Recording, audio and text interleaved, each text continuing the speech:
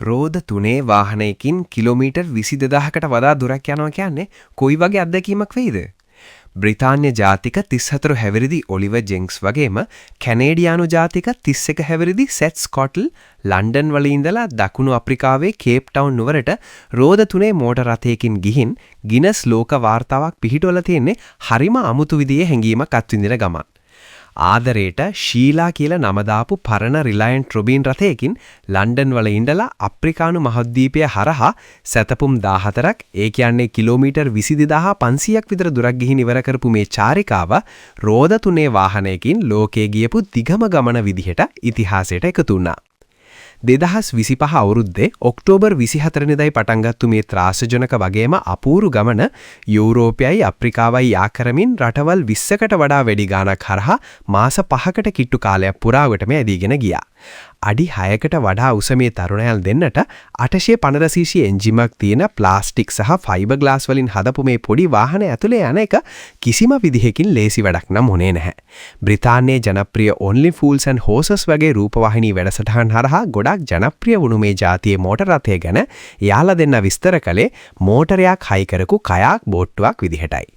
අමතර ගමන්වලු දාන්න වහල උඩ හදපු රාක්කයක් එක්කම අනුග්‍රාහක ස්ටිකර් වලින් හැඩවුණු ශීලා කියන මේ පුංචි වාහනේ කාන්තාර සහ කැලා මැදින් ගියේ හිතපු නැති අභියෝග ගොඩකට මුහුණ දෙන ගමන්.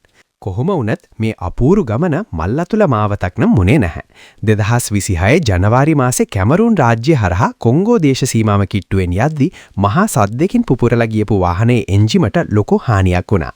හරියට කවුරු හරි වෙඩි තිබ්බ වගේ සද්දයක් ආවේ. ඒ වෙලාවෙම අපි හිතුවා අපේ ගමන එතනින්ම ඉවරයි කියලා. ඔලිවර් ඒ බිහිසුණු වෙලාව මතක් කළේ අන්න ඒ විදිහට.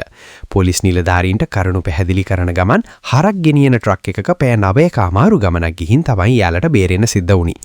නයිජීරියාවේදී විකට ඇඳුම ඇඳගත්ත පිරිසක් සල්ලි ඉල්ලලා යාලව වට කරද්දි වගේම කැමරූන් වල පැහැර ගැනීම වැඩිපුර තියෙන පැත්තක් හරහා හමුදා ආරක්ෂාව මැද්දේ යද්දි යාලගේ ධෛර්යය තදින්ම පරීක්ෂාවට ලක් වුණා.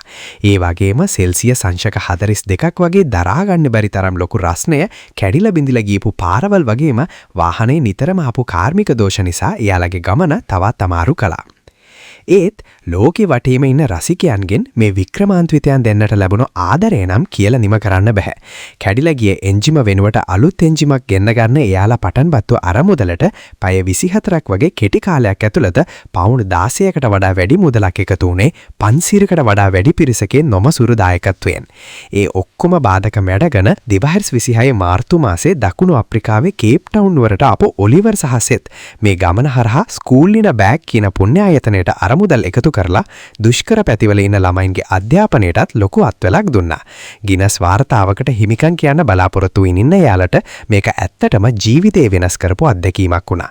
එයාලගේ අපූරු ශීලා මෝටර රථය කේප් ටවුන් වල කෞතුකාගාරයක ප්‍රදර්ශනයට තියලා එයාලා ආපහු හැරිලා යන්නේ මිනිස් ධෛර්යයයි පිස්සුවක් කියලා හිතන සිහිනෙකුයි අතරේ තියෙන්නේ හරිම තුනී රේඛාවක් කියලා මුළු ලෝකේටම පෙන්වලා දෙන ගම.